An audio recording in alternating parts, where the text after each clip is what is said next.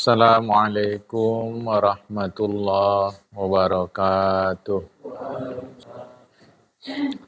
Alhamdulillahi rabbil alamin wassalatu wassalamu ala asyrafil anbiya'i wal mursalin habibina maulana Muhammadin wa ala alihi wa sahbihi ajma'in.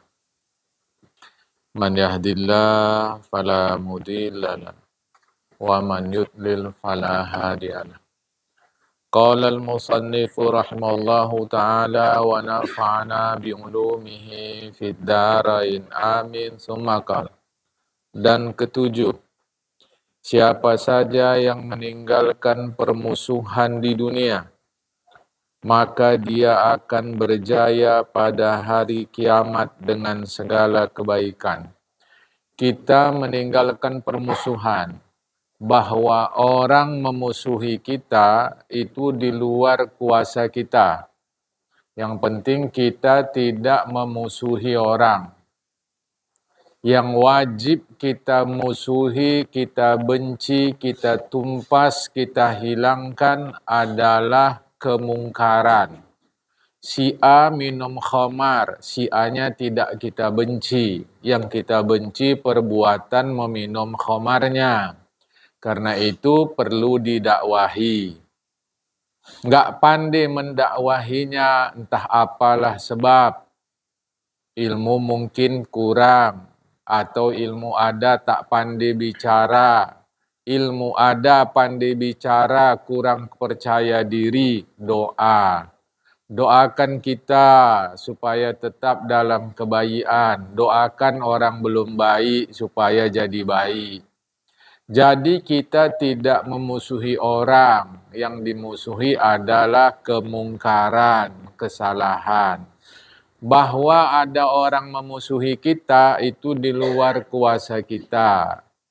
Jadi di sini yang ketujuh, nah ini ya, yang ketujuh daripada 28 nasihat Wahab bin Munabbih. 28 nasihat Wahab bin Munabbih, yang ketujuh, tinggalkan permusuhan.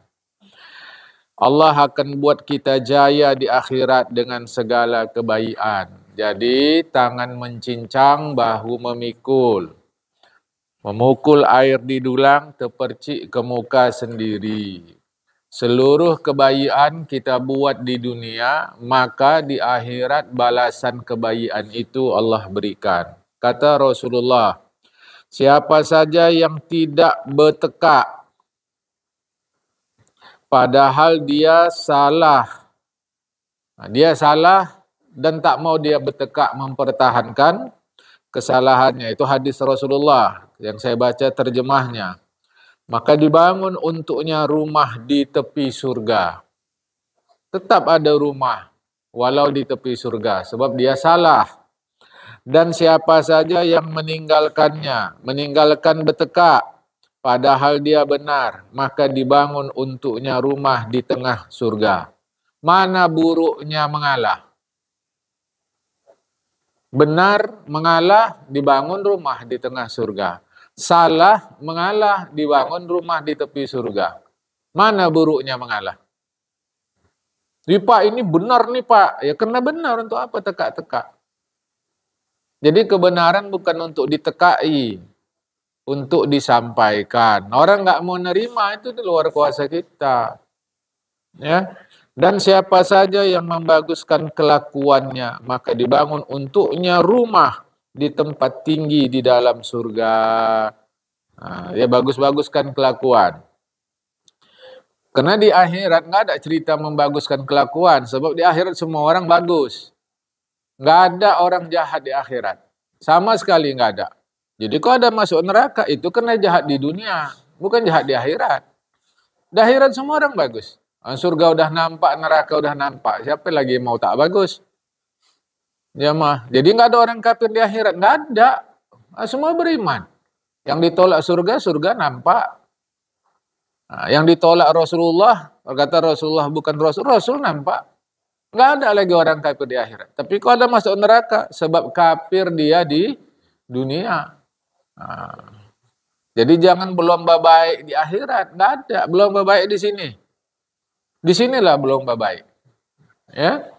Dan ke-8, tadi yang ke-7, sekarang ke-8. Siapa saja yang tidak pelit di dunia, maka namanya disebut-sebut di hadapan makhluk. Jangan pelit. Kata Nabi, tidak menyatu iman dan sifat pelit pada hati seorang yang beriman. Iman dan sifat pelit tak akan menyatu di hati orang beriman selamanya. Lah nyatanya kenapa ada orang beriman pelitnya luar biasa? Udah pelit, berdangkik, cerita pula ke sana kemari dia nolong orang. Yang dikasihnya sama awak baju bekas, tapi ceritanya ke sana sini. Itu maka ada orang tua mendidik anaknya, jangan mau menerima pemberian orang. Dari kecil dididiknya. Sehingga kalau orang ngasih duit pun ditolak. Sampai marah dia sama anaknya. Karena begini. Sebab orang selalu memberi kepada orang lain itu sepele kepada yang menerima. Dianggapnya yang menerima ini tong sampah. Belum lagi kalau yang dikasihnya itu barang-barang bekas murahan yang dia sudah nggak mau pakai. Yang dikasihnya sama orang gulai yang udah basi dipanasinya kasih orang.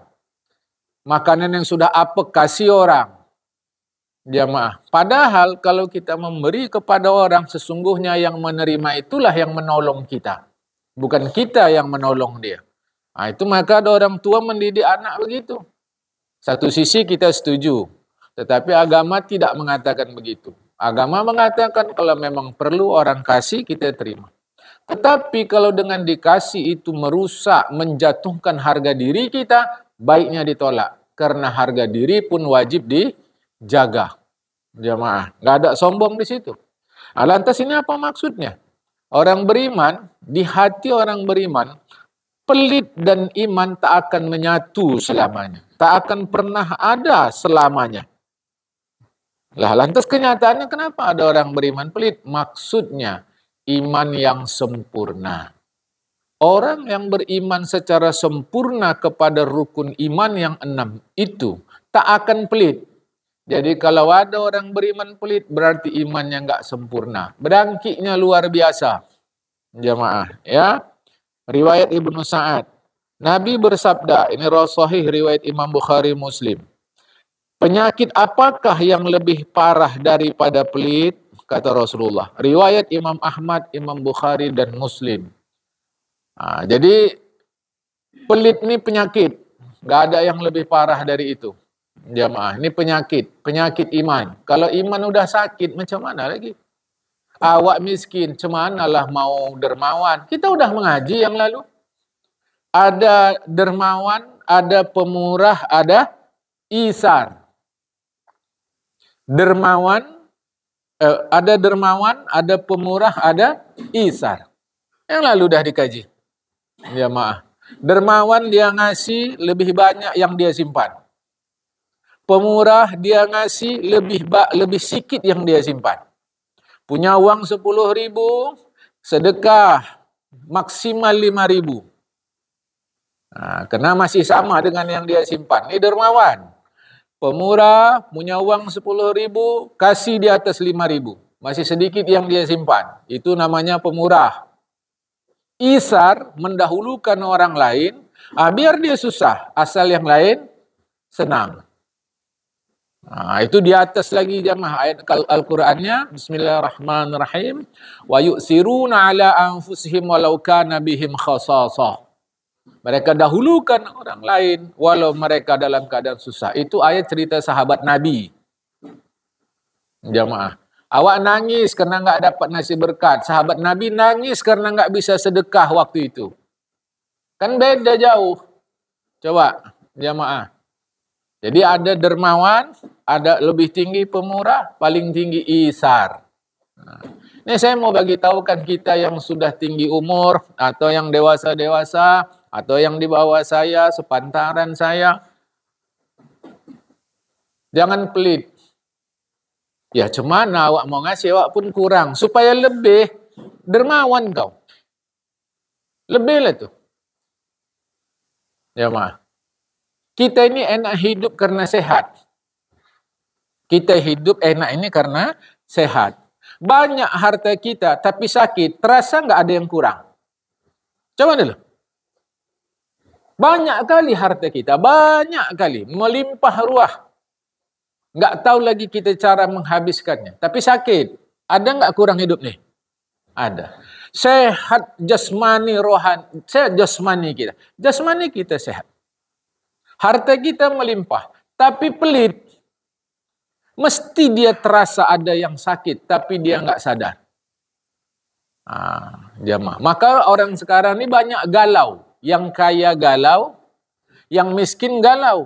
Kenapa? Karena dia ada penyakit yang paling parah dia idap. Kata Rasulullah, itulah pelit.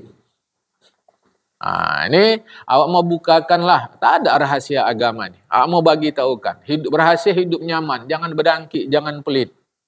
Jamaah ya. Yang ke-9 kata Wahab bin Munabbih.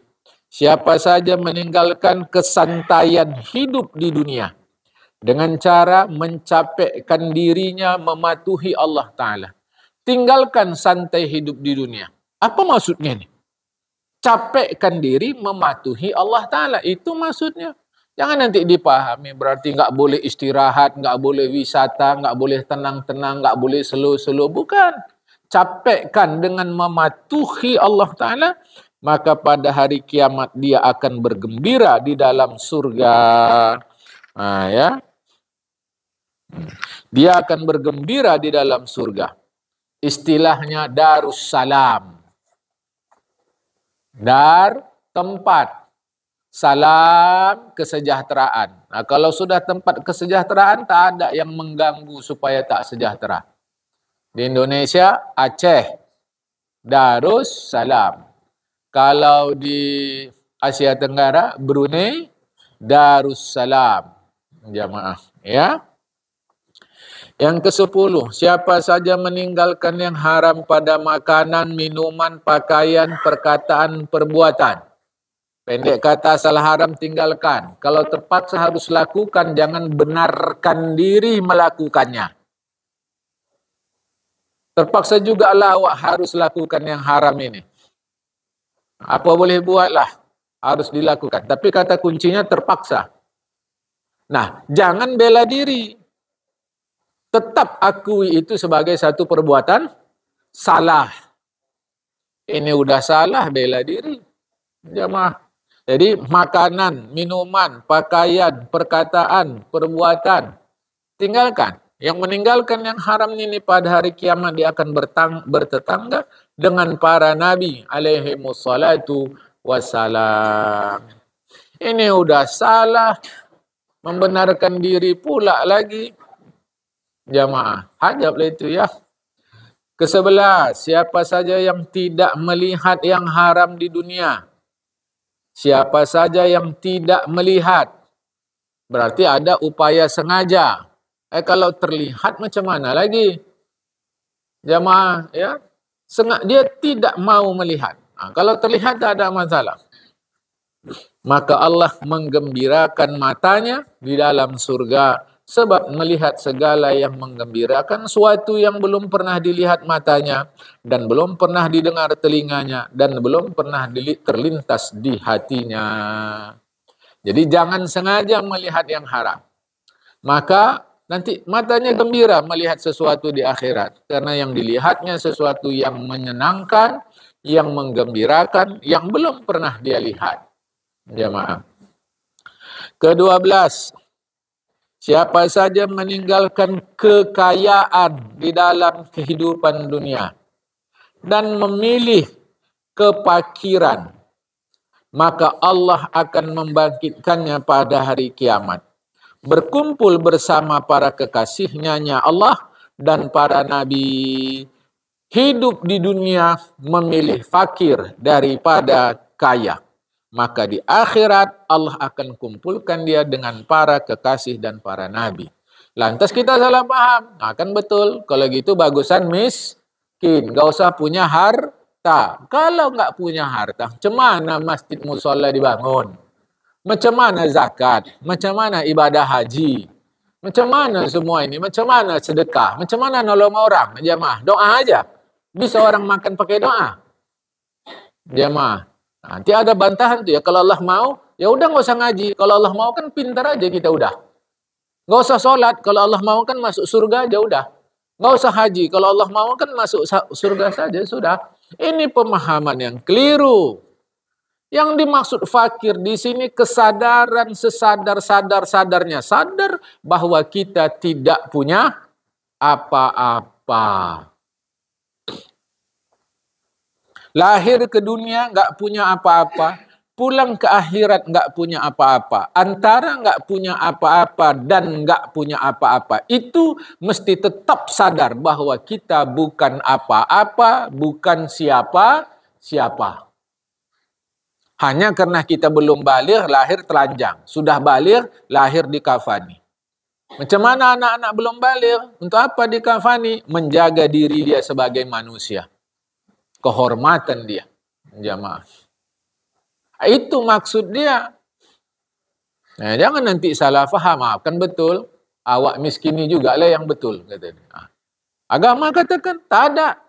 Yang maksud itu bukan itu. Kesadaran bahwa kita fakir. Itu yang dipilihnya. Bahwa dia kenyataannya kaya, itu kuasa Allah Ta'ala kasih dia kaya. Apalagi sebab dia rajin berusaha.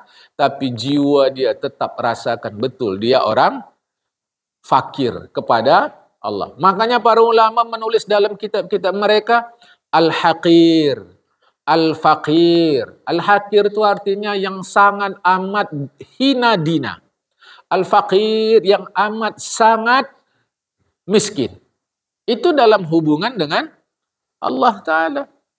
Jemaah, ini yang lebih parahnya sekarang baru punya kereta second. Pun belinya cicil. Lantamnya luar biasa. Udah kenal potnya, ribut. Padahal kereta second, nyicil. Uang untuk nyicilnya pun dikasih orang. Kan parah kali itu dah. Maksud saya bukan persoalan keretanya. Kita, macam mana pun kayanya kita, itu adalah pemberian Allah Ta'ala. Walau memang pada zahirnya kita berusaha. Itu semua punya Allah. Lantas kita sombong. Nggak sadar diri. Punya orang kita sombongkan. Tak sadar diri jamaah. Apa-apa sajalah. Jadi datang nggak punya apa-apa. Pulang nggak punya apa-apa, maka yang terbaik tetap sadar bahwa selama hidup kita tak punya apa-apa. Itu maksud yang ke-12 ini. Jangan nanti pula bercita-cita miskin. Ini yang betul kata Wahb bin Munabbih. Kata Rasulullah, kita baca terjemahannya. Hadis riwayat Imam Ahmad, Imam Tirmidzi.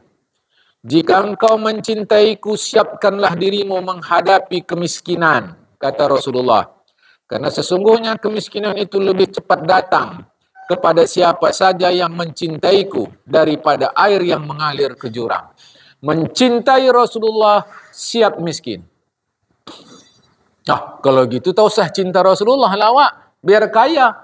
Itulah keliru tuh. Macam mana tak miskin? Hartanya banyak, tak tenang dia rasa. Malam harta tu banyak, payah dia tidur. Di mana letak payahnya? Mudah-mudahan panjang umur aku besok pagi. Begitu aku bangun, bisa ku kasih sedekah. Karena tak mungkin ngasih sedekah waktu tidur. Itulah maksudnya. Karena Rasulullah diberikan Allah segalanya. Bahkan malaikat menawarkan, mau tidak gunung Uhud jadi emas? Istri Rasulullah banyak. Macam mana Rasulullah ngasih tanggung jawab kepada istri kalau Rasulullah miskin? Macam mana itu jemaah?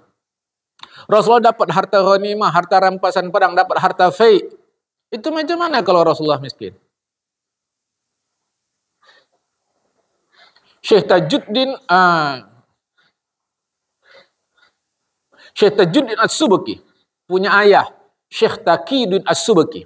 Ayah beliau berfatwa, siapa yang berkeyakinan Rasulullah miskin?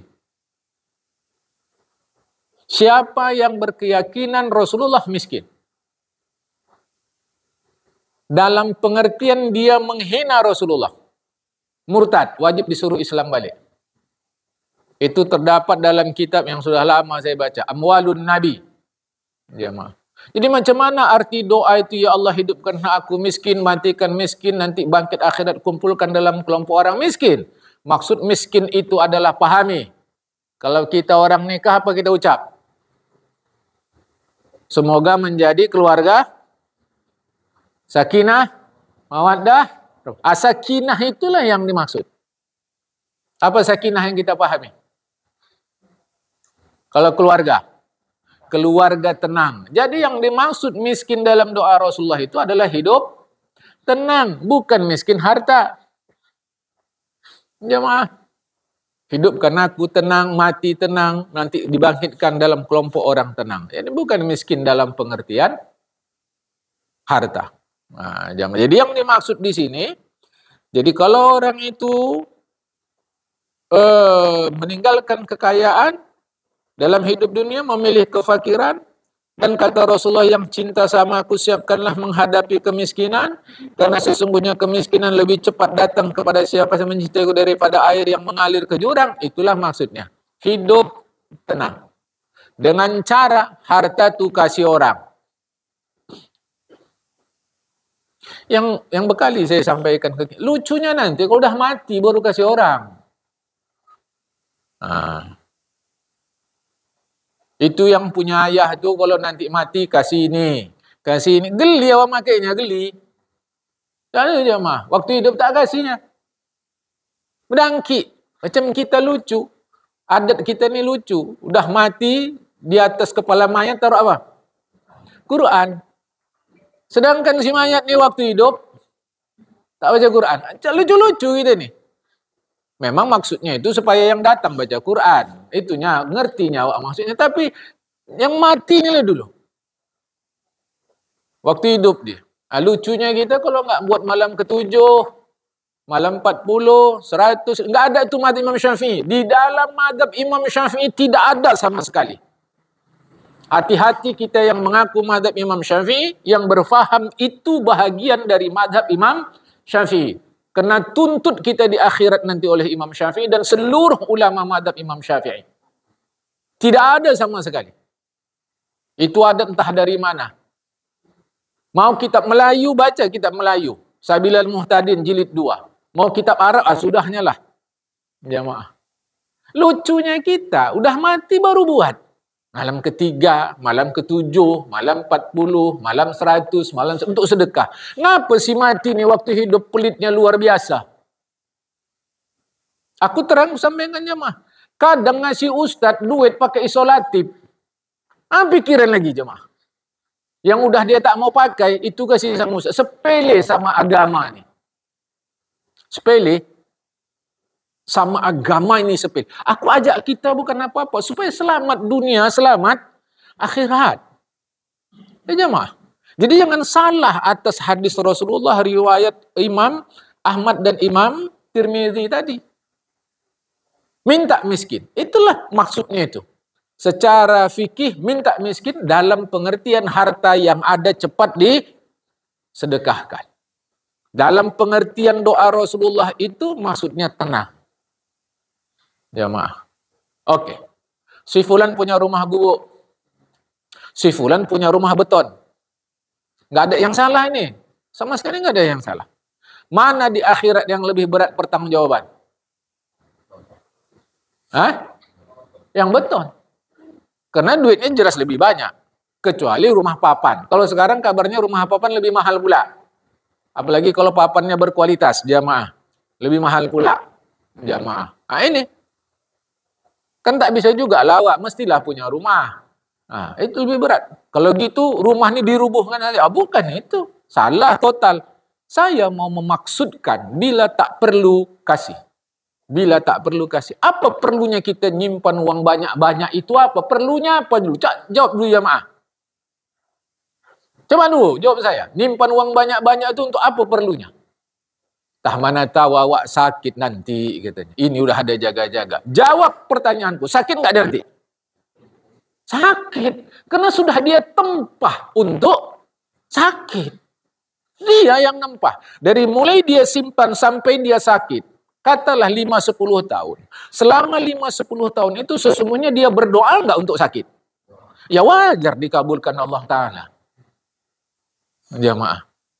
Coba dulu. Tebuk dada tanya iman. Jadi jangan salah atas nasihat Wahab bin Munabbih ini. Jangan salah atas nasihat Rasulullah. Jangan salah atas hadis-hadis Rasulullah. Ya. Jamaah. Ke-13. Siapa saja yang memenuhi keperluan orang lain di dalam kehidupan di dunia, maka Allah Ta'ala akan memenuhi keperluan di dalam kehidupan dunia dan akhirat. Keperluan.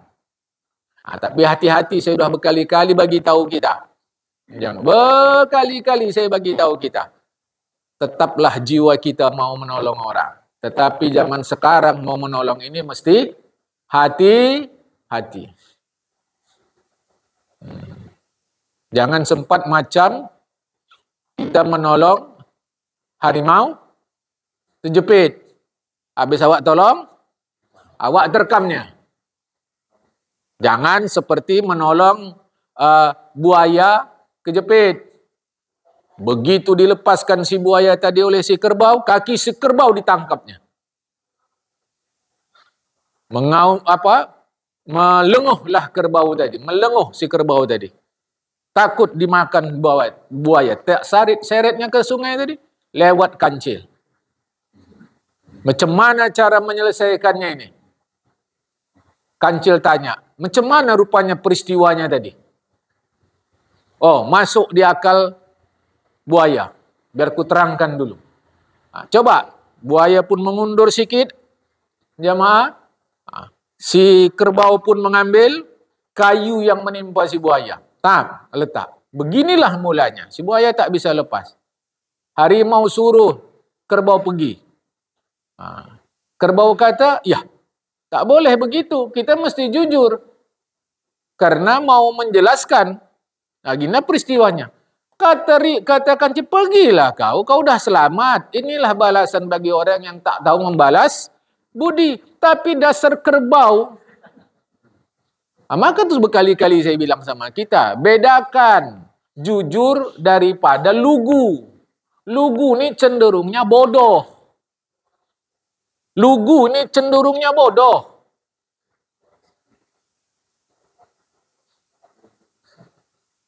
Kau kan sedang mencuri tadi, dikejar massa. Tapi kau pandai, kau berbaur dengan massa. Kesudahan massa tak tahu yang mana yang mencuri ini.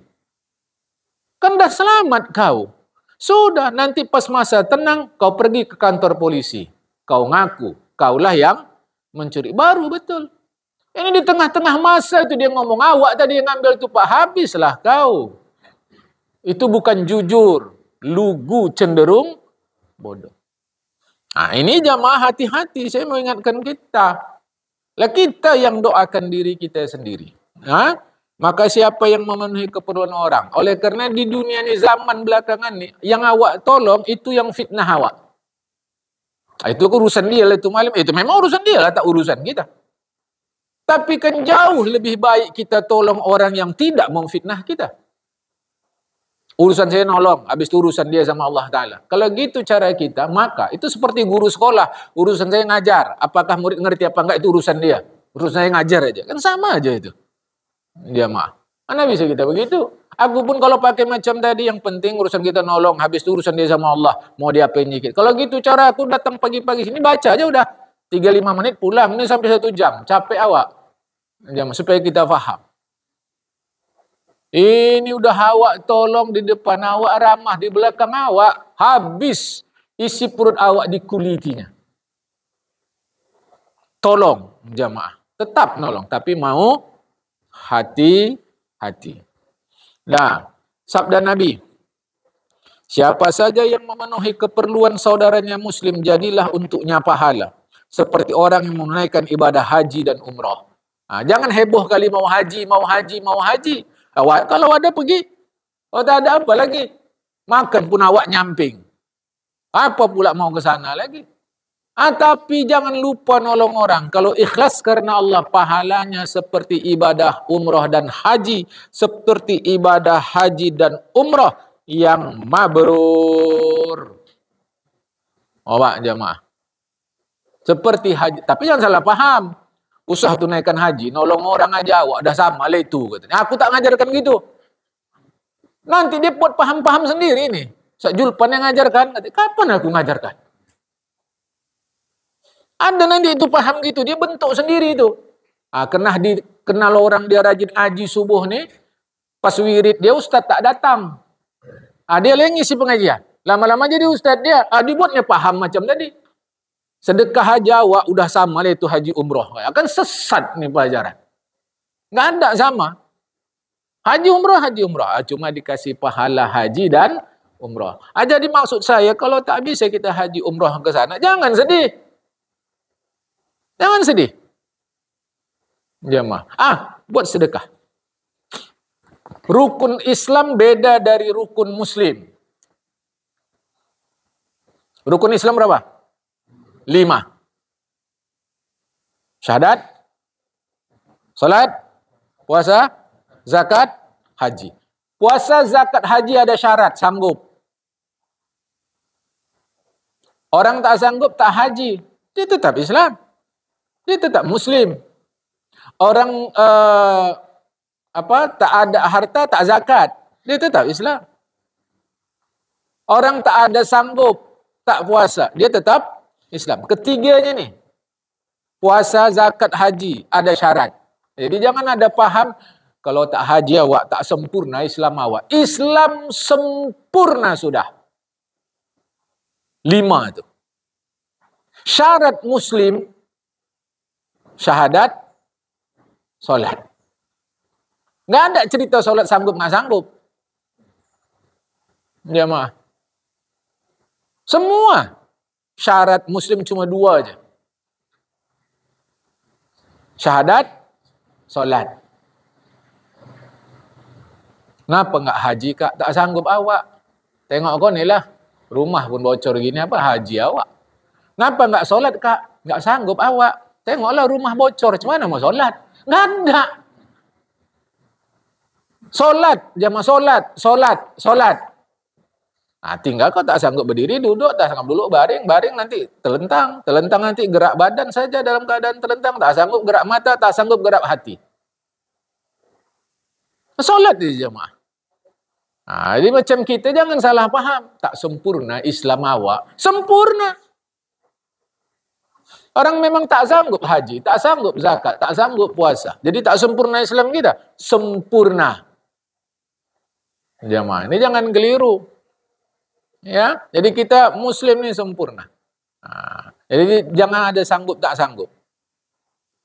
Semua orang bisa sholat nggak? Semua orang bisa sholat? Bisa. Semua orang bisa haji? Bisa. Tak bisa kenyataannya itu. Semua orang bisa zakat. Kalau semua orang bisa zakat, untuk apa ada 8 asnaf penerima zakat? Semua orang bisa puasa?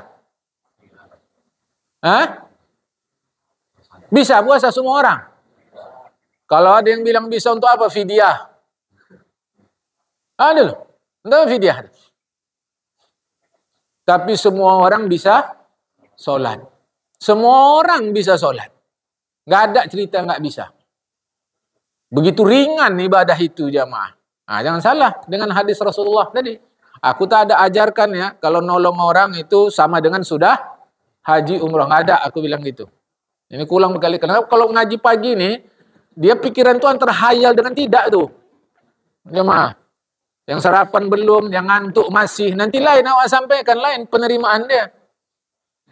Itu pagi 1, 2 khutbah Jumat. Itu tak tentu-tentu pikiran.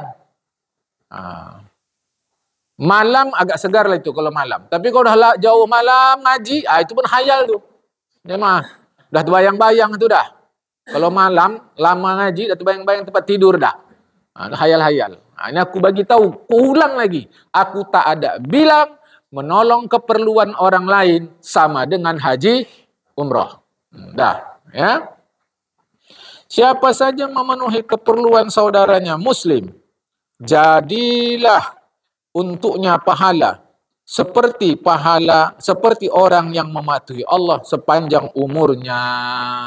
Nggak tuh. Ya, tolong orang. Yang jadi masalah bukan itu. Kadang yang ditolong nih jiwanya jiwa pengemis. Habis tolong sekali, tak tolong lagi, tak tolong lagi, mengemis kesudahan. Jadi ngemis ni bukan persoalan minta, persoalan jiwa. Apakah orang kaya tak ngemis? Oh, banyak orang kaya ngemis nih sekarang nih. Bahkan dia kaya itu dari ngemis. Bisa ngemisnya dengan penekanan suara, ngemop kalau cara orang Medan. Bisa ngemisnya pakai proposal. Bisa ngemisnya macam-macam. Dia mah ngancam-ngancam. Boleh nih saya tolong anak bapak. Tapi paham-pahamlah sikit. Ngemis kan tuh? Jamaah. Macam-macam ngemis nih. Dia itu jiwa. Ngemis nih persoalan jiwa. Jamaah. Ya. Sebagaimana dikatakan oleh Syekh Hafni. Maksudnya, sebagaimana orang yang mengerjakan sembahyang sepanjang umurnya. Karena sembahyang adalah pengabdian kepada Allah Ta'ala di bumi. Seperti yang dikatakan oleh Syekh Azizi. Jadi orang yang menolong orang lain. Seperti pahalanya seperti orang yang mematuhi Allah sepanjang umur. Sepanjang umur. Maksudnya seperti orang yang mengerjakan salat, sembahyang sepanjang umur. 14. Siapa saja yang ingin ada kawannya di dalam kubur, maka bangunlah pada gelap malam. Sembahyang sunatlah sekalipun 1 rakaat. Witir. Ya, kerjakan. Tapi kalau masih ada kodoan semua. Nggak ada hebat-hebatnya sembahyang sunat tuh. Dibanding kodoan. Jangan pula salah paham lagi. Betul kata, tak ada hebat sembahyang sunat nih. Wajiblah yang penting. Bukan itu maksud aku. Kadang-kadang kita salah paham. Penting kali terawih dari kodo yang lain. Penting kali tahajud. Padahal masih ada kodoan. Jangan dulu. Ya. 15. Siapa saja yang ingin berada di bawah naungan singgasana Tuhan. Arash. Ya. Yang pengasih. Hendaklah dia zuhud. Yaitu memalingkan hatinya dari kehidupan dunia. Saya sudah bagi tahu zuhud. Tak ulang-ulang lagi lah jamaah. Ya. Jangan lagi pahami zuhud tu. Peci yang hitam berubah jadi biru. Saking kan? Lamanya dah. Pecinya yang hitam ni berubah. Sampai koyak-koyak. Ini zuhud bukan. Itu merana. Ya. Jamaah. Betul lah memang ustaz tu zuhud kali orang. Kenapa? Tengoklah keretanya tu dah batuk-batuk gitu pun tak digantinya. Itu ustaznya miskin, tak ada duit. Jamaah. Ini keliru-keliru aja zuhud ni. Ya. Tapi kalau memang pula itu dia pilih, itu lain hal. Jadi zuhud itu memalingkan hati, kunci hati. Palingkan hati dari kehidupan dunia. Kata Nabi, berjaya generasi awal umat ini sebab mereka bersifat zuhud dan yakin. Dan binasa generasi akhir umat ini sebab mereka bersifat serakah dan panjang angan-angan. Biasanya kalau pagi ngaji musola Al-Muhyad ada sarapan nih. Padahal sedang ngaji. Macam pagi ni sedang ngaji. Tapi pikiran dia dah sarapan. Ni serakah. Serakah ni. Jamaah. Apalagi pula kalau macam yang umum pahami. Udah 1 mau 2. Udah 2 mau 3. Udah 3 mau 4. Orang semua bawa 1 besek. Dia bawa 2. Serakah lah ni. Alasan dia untuk anak di rumah. Padahal anaknya udah kahwin semua. Anak mana lagi? Anak kucing. Ada serakah itu jamaah. Jadi sekarang pun kita bisa serakah nih. Sedang duduk-duduk nih bisa serakah nih. Jamaah. Jadi itulah yang buat umat nih kacau balau sekarang nih. Kenapa? Serakah panjang angan-angan. Nabi dah bilang gitu, apa lagi? Mau maju zuhud kita. Yakin pada Allah Ta'ala. 16. Siapa saja ingin mudah pemeriksaannya di akhirat nanti, jadilah penasihat bagi dirinya dan saudaranya. Tapi hati-hati dalam rangka memberi nasihat. Karena kalau salah nanti memberi nasihat, orang tak akan terima dan terjadi permusuhan. Pada saya, pada kita, dalam menyampaikan nasihatnya mesti pandai-pandai. Kalau tidak, itulah nanti yang kejadian. Hubungan jadi tak bagus. Nah, kepada kita yang sudah ngaji ni pula, kalau dinasihati orang, terima aja. Gak usah pakai kalimat. Aku bukan gak nerima, tapi caranya gak kayak gitulah. Udah, gak ada cerita-cerita. Terima aja, dah titik. Jadi caranya cuma mana? Orang-orang yang gak menerima nasihat itu, bagus pun cara, salah juga. Jadi jangan pakai kalimat, Aku bukan nggak nerima, tapi caranya, dia mau apa caranya kemana? Gak ada jemaah. Maka saya bagi tahukan kita, siapapun nasihati kita, siapapun,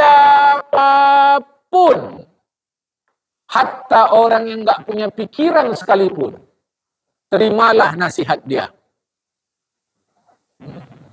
Ini mau hati-hati, ya. Nah, jadi siapa yang ingin mudah nanti urusan akhirat, open sama diri sendiri, open sama orang lain. Meskipun caranya mau hati-hati. Diriwayatkan dari Khalifah Utsman bin Affan. Siapa saja yang tidak bertambah baik hari demi hari, maka itulah orang yang mempersiapkan dirinya ke dalam neraka dengan yakin. Riwayat Askari. Wah, itu bahasa kiasan tuh jemaah. Ya, perbaiki terus menerus. Ya, kata Nabi, kita baca terjemahnya.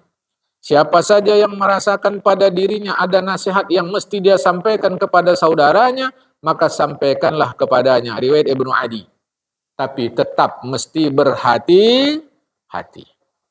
17. Siapa saja ia ingin dikunjungi malaikat, maka hendaklah dia bersifat wara. Pun saya sudah terangkan. Arti wara. Wara adalah syarat seseorang bisa teguh dalam beragama. Sekurang-kurang wara adalah adil dalam bersaksi. Setinggi-tingginya adalah wara orang yang jujur, yaitu siddiqin. Ya. Itu kurang ianya, siddiqin. Nah, ya, jemaah. Yang mau perbaiki, siddiqin. Setelah dal, ya, qaf, ya, nun. Jujur. Kata Nabi, khairu dinikumul wara'u. Sebaik-baik pelaksanaan amal agama adalah bersifat wara'. Nah, saya sudah bagi tahu arti wara', jemaah, ya. Jangan salah-salah lagi. 18. Siapa saja yang ingin tinggal di tengah-tengah surga, hendaklah dia mengingat Allah siang dan malam. Berkata Syekh Kushairi. Ya, apa kata Syekh Kushairi? Tidak sampai seorang manusia kepada Allah Ta'ala, melainkan dengan senantiasa mengingat Allah. Dan mengingat Allah itu ada dua macam. Mengingat dengan lidah dan hati. Mengingat dengan lidah menyampaikan manusia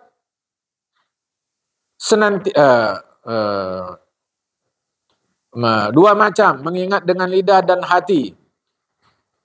Mengingat dengan lidah menyampaikan manusia senantiasa mengingat dengan hati dan mempengaruhi. Mengingat dengan hati itu. Dan apabila seorang manusia mengingat Allah Ta'ala dengan lidah dan hati, maka sempurnalah dia dalam jalannya kepada Allah. Jadi, mengingat dengan lidah itu menyampaikan manusia senantiasa mengingat dengan hati dan mempengaruhi mengingat dengan hati. Makanya jamaah Imam Nawawi katakan dalam Al-Azkar, mengingat itu atau berdoa atau berzikir atau berdoa atau berzikir ada di mulut, ada di hati. Yang paling baik mulut dan hati. Andai hatinya kosong, jadi hati saja boleh.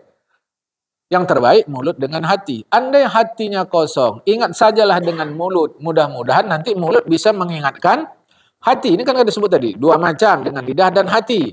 Mengingat dengan lidah, menyampaikan manusia senantiasa mengingat dengan hati. Dan mempengaruhi mengingat dengan hati.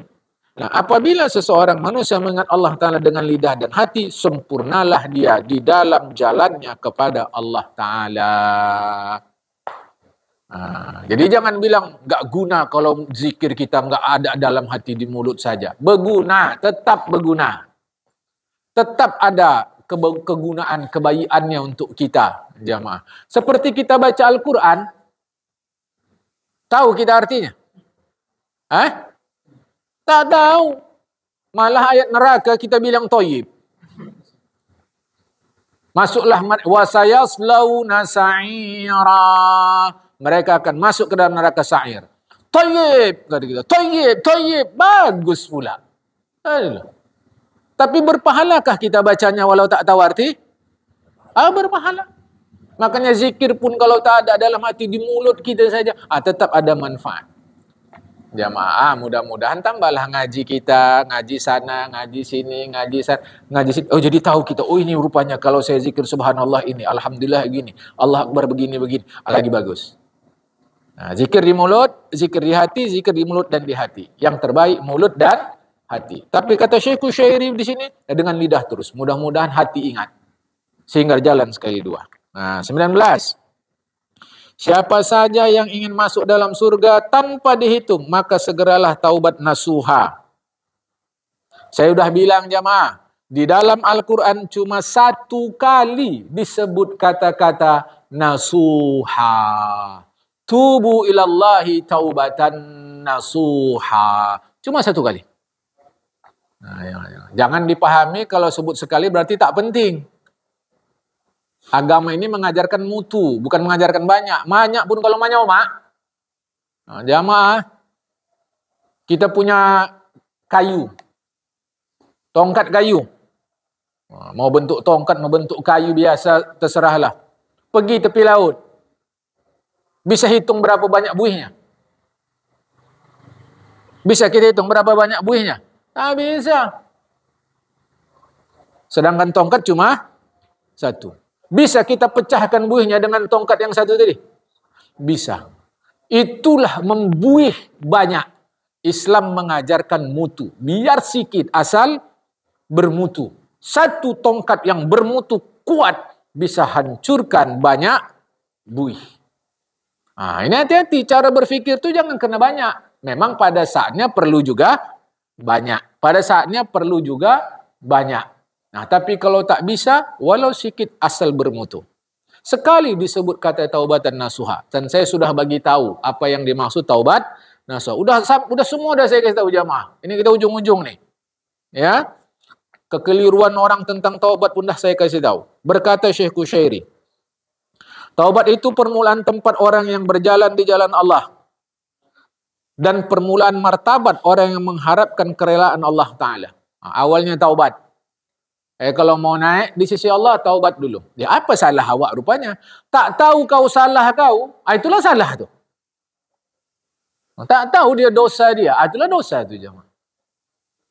Macam mana tak tahu dosa kita? Kalau tidak kerana dia tak berilmu, maka perlu mengaji. Ini jamaah ya. Kata ahli ma'rifat, basuhlah 4 dengan 4. 1, mukamu dengan air mata. Basuh muka itu dengan air mata.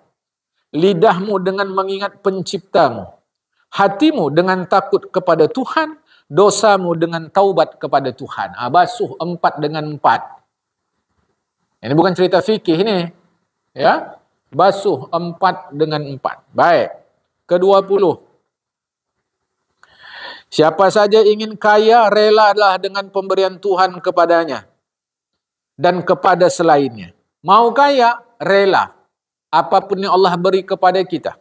Apapun yang Allah beri kepada orang lain. Berupa harta, nama baik dan selainnya. Nama orang disebut-sebut, nama awak tidak. Macam mana? Si Polan tu ngasih 3 sak semen aja nya. Awak 3 teruk semen tadi. Tapi nama dia yang disebut, awak tidak, demam enggak? Ya maaf. Berarti orang ini belum kaya. Orang kaya itu rela dia. Pemberian Tuhan kepada dia, pemberian Tuhan kepada orang lain. Apapunlah, pokoknya asal pemberian Tuhan. Nah.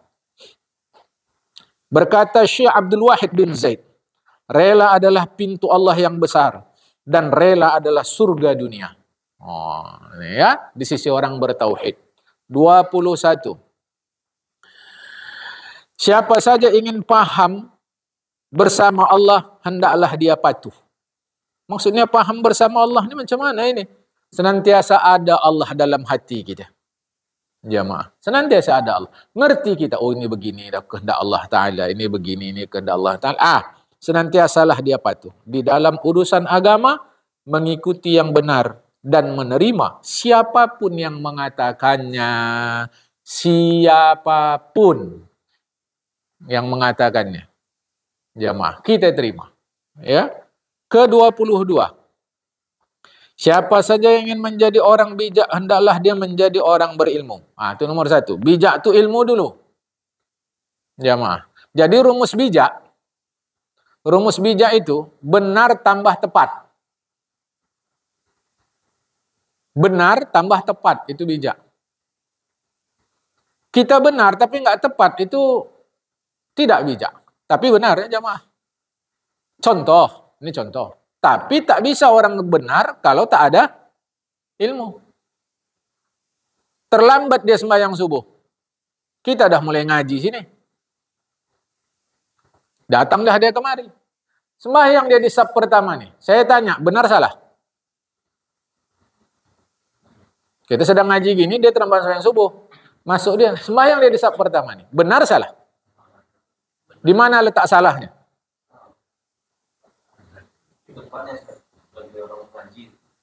Oh, tempat orang mengaji tak boleh sembahyang? Hah? Di mana lah ganggunya orang sembahyang? Mengganggu dia? Itu urusan dia lah. Macam kita nih, tak ada suara pun terganggu juga aja nih. Nah ini nih. Dia nggak ada salahnya, tetap situ, apa masalahnya? Benar. Orang ini mana-mana pun betul ya, apa masalahnya? Nanti tak khusyuk dia. Jadi hidupkanlah suara musik disco supaya khusyuk dia. Tapi dia tidak bijak. Dia benar, tapi tidak bijak. Di mana letak tidak bijaknya? Ini kan tempat orang ngaji. Sudah lebih dulu ada orang ngaji. Pergilah yang tak ada tempat orang duduk. Bisa di teras sana. Bisa di kalau belakangnya ada perempuan seganter. Itu baru bijak. Tapi dia benar.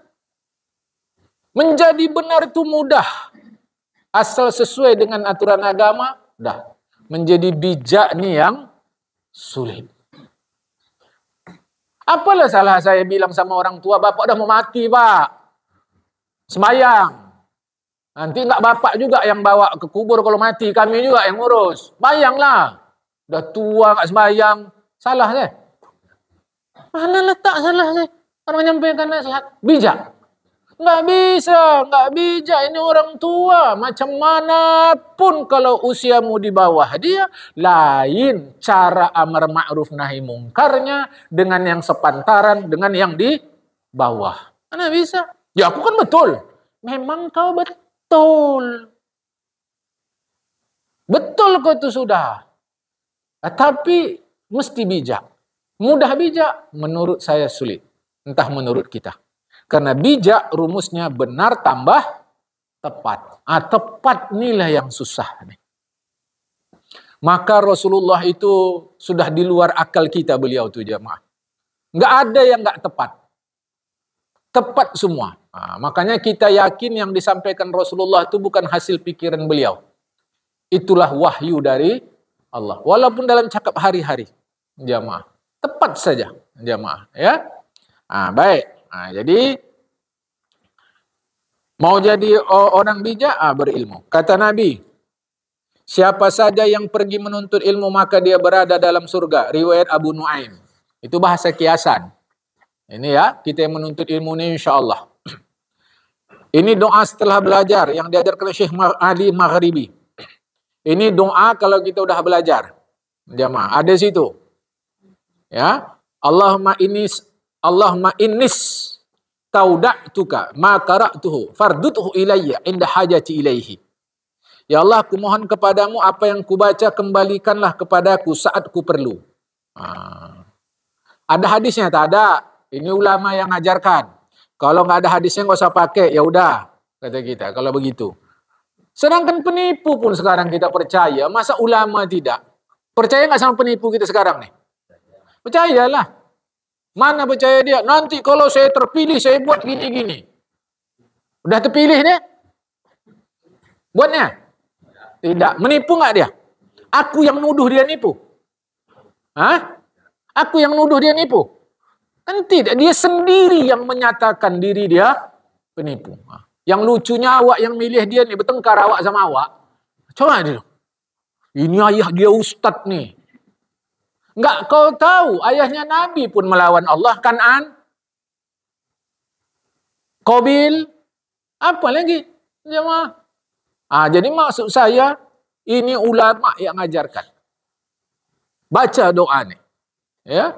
Enggak hafal awak Pak bahasa Arabnya, Indonesianya hafal. Enggak hafal, tulis di kertas, waktu mau doa tengok. nggak pandai bacanya, ganti baca Latin. Latin pun tak pandai awak, ikut sekolah.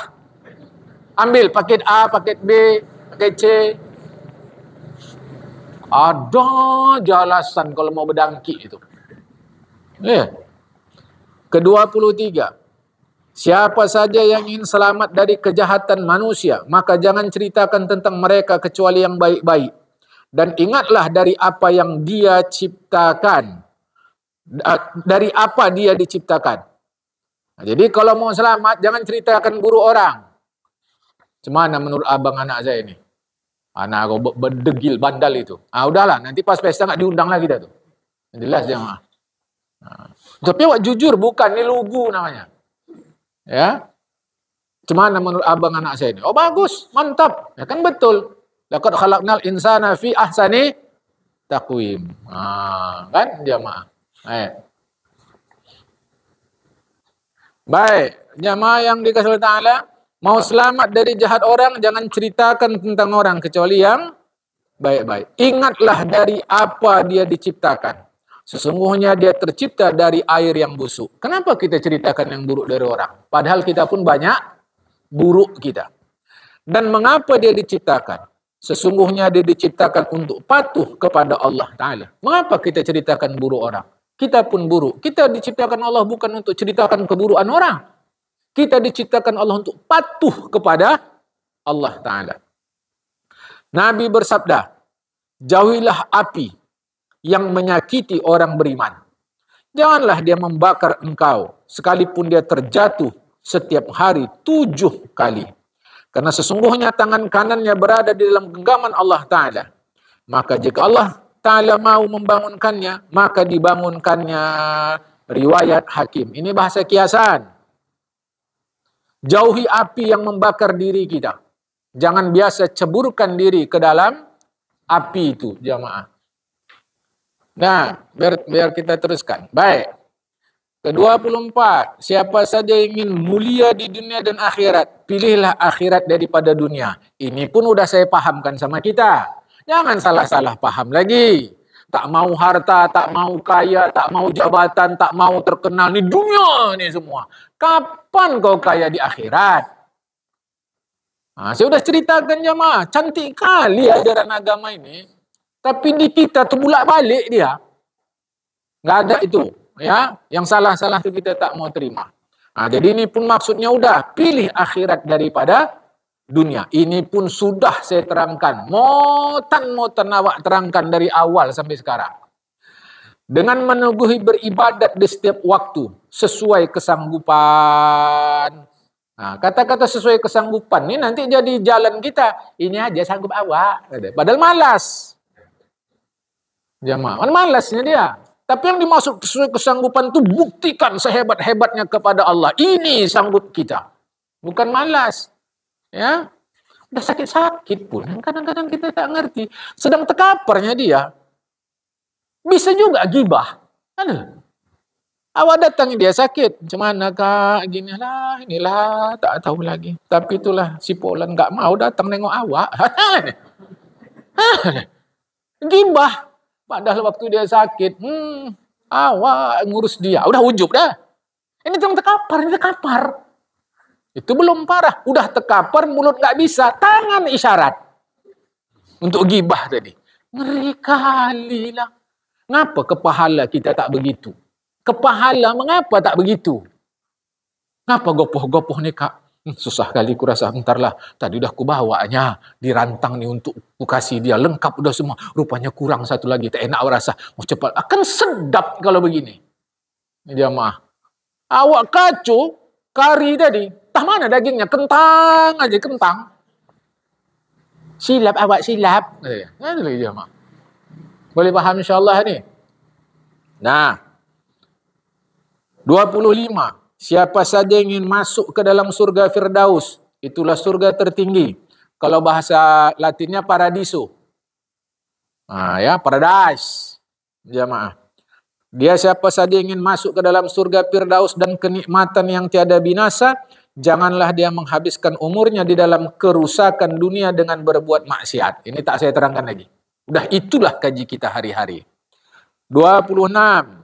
Siapa saja ingin surga, maksudnya gembira di dunia dan akhirat. Siapa ingin surga dunia, ingin surga akhirat. Gembira di dunia, gembira di akhirat. Maka dermawanlah. Karena dermawan itu dekat dengan surga, jauh dari neraka. Ini pun sudah kita terangkan. Riwayat, bukan hadis dari Aisyah. Kita baca terjemahannya. Orang dermawan dekat dengan Allah Ta'ala. Dekat dengan manusia, dekat dengan surga. Itu dengannya 2 kali itu. Itu maksudnya dekat. Baris keempat dari bawah di tengah. Orang dermawan dekat dengan Allah, dekat dengan manusia, dekat dengan surga, jauh dari neraka. Orang pelit jauh dari Allah Ta'ala, jauh dari manusia, jauh dari surga, dekat dengan neraka. Orang bodoh dermawan lebih disukai Allah Ta'ala daripada orang yang rajin ibadah tapi pelit. Ya, hikayat orang mulia. Ini ada orang mulia kasih hikayat. Hasan dan Husain dan Abdullah bin Ja'far menunaikan ibadah haji. Barang-barang mereka hilang. Mereka pun kelaparan dan kehausan. Kemudian mereka melewati kemah seorang tua yang memiliki seekor kambing. Mereka pun memintanya, dan dia, si orang tua tadi, memberikan mereka minum susunya. Kemudian menyembelihkannya untuk mereka. Setelah berlalu beberapa waktu, Hasan melihatnya di Madinah dan mengenalnya. Kan ngeri ini ya. Hasan pun memberikannya 1000 ekor kambing, 1000 dinar dan 1000 dinar. Itu aja mah. Ya. Kemudian menyuruhnya menjumpai Husain, yang kemudian memberikannya seperti yang diberikan Hasan. 1000 ekor kambing, 1000 dinar. Kemudian Husain menyuruhnya menjumpai Ibnu Ja'far At-Tayyar, yang memberikannya 2000 ekor kambing, 2000 dinar. Jamaah ya. Kata Ibnu Ja'far, kalau perempuan ini lebih dulu menjumpaiku, niscaya aku menyulitkan keduanya. Maksudnya Hasan dan Husain, karena masing-masing ngasih 1000. Aku ngasih 2000. Jadi kalau jumpa lebih dulu dia sama aku kasih 2000. Kasihan Hasan dan Husain. Harta mereka tak sampai 2000. Itu maksudnya. Itu maka kadang-kadang ada orang bersedekah itu dia belakangan. Karena dia tahu orang ngasih sikit-sikit. Nanti kalau dia ngasih banyak duluan di atas, orang yang di bawah rasa tak enak. Maka kita jangan buruk sangka. Ini hati-hati.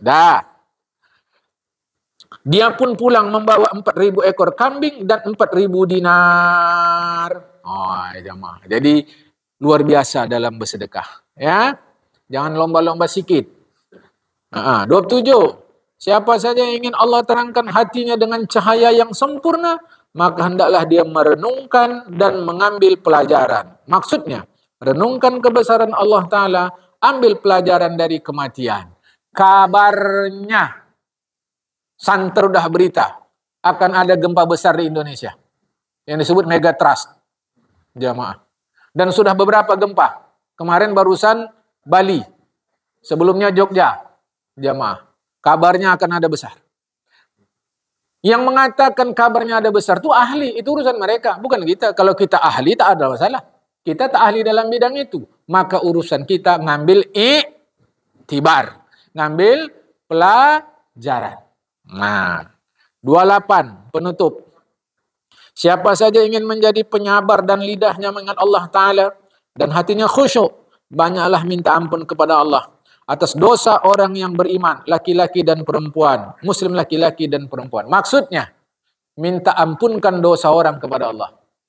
Tentu setelah juga kita minta ampun. Jadi jangan diri sendiri, egois sekali. Itu maka salah satu adab orang yang membawa doa, salah satu adab orang yang membawa doa kalau pakai bahasa Arab, gunakan domirnya kami. Salah satu adab. Tapi kadang ada juga pakai aku ni. Saya maklum, itu maksudnya kaminya itu. Cuma dia tak ngerti bahasa Arab. Itu maka saya anjurkan kita kalau tak ngerti bahasa Arab, bahasa Indonesia aja. Allah ampunkan dosa kami. Kami ada banyak masalah, mudahkan urusan kami. Takut kali kami mati sul khatimah, ya Allah. Matikan kami husnul khatimah. Kami yang ada hutang, aku mohon, kami mohon ya Allah, mudahkan urusan kami menyelesaikan hutang. Jangan lagi kami berhutang. Kami yang ada sehat, jangan kau lalaikan ya Allah. Kami yang ada, pakai bahasa Indonesia begitu. Coba jawab pertanyaan saya. Kira-kira yang mendoakan terasa enak tak? Karena dari paham dia. Ini awak bantai bahasa Arab, dia entah kemana, awak kemana. Yang ada ngutuk dia lah, maka diwak ni doa ni. Tapi kalaupun kita pakai ni, aku saya paham. Ini tak ngertinya dia bahasa Arab. Kalau ngerti bahasa Arab, pakai kami. Itu salah satu adab pembawa doa. Kata Nabi, siapa saja minta ampun kepada Allah atas dosa orang beriman laki perempuan, Allah beri dia pahala sejumlah orang beriman laki perempuan itu. Riwayat Imam Tabrani dari Ubadah bin Samit. Terus kata Nabi, siapa saja meminta ampun kepada Allah atas dosa orang beriman laki perempuan setiap hari 27 kali, maka dia termasuk orang yang kabul Allah Ta'ala doanya. Dan sebab mereka penduduk bumi diberi rezeki. Jadi salah-salah kita dapat rezeki ini sebab doa orang lain. Maka jangan sombong, jangan lantam, jangan sok. Jamaah, biar tahu dulu orang, aku dah punya juga sekarang nih. Itu boleh jadi karena doa orang lain. Riwayat Imam Tabrani dari Abu Darda. Rasulullah mengatakan, ini terakhir, 10 surat di dalam Al-Quran yang mencegah dari 10 perkara. Surat Fatihah mencegah marah Tuhan. Surat Yasin mencegah rasa haus pada hari kiamat. Surat Dukhan mencegah huru hara hari kiamat. Surat Waqiah mencegah fakir. Tapi fakir udah kita ceritakan nih jamaah. Kena ada yang salah paham. Supaya dapat harta, rajin baca surat Waqiah. Habis itu tidur ya dah. Baca Waqiah tidur, baca Waqiah tidur. InsyaAllah kaya itu. Ya, ini salah. Apa fakir yang kita maksud itu apa? Itu dah juga jamaah.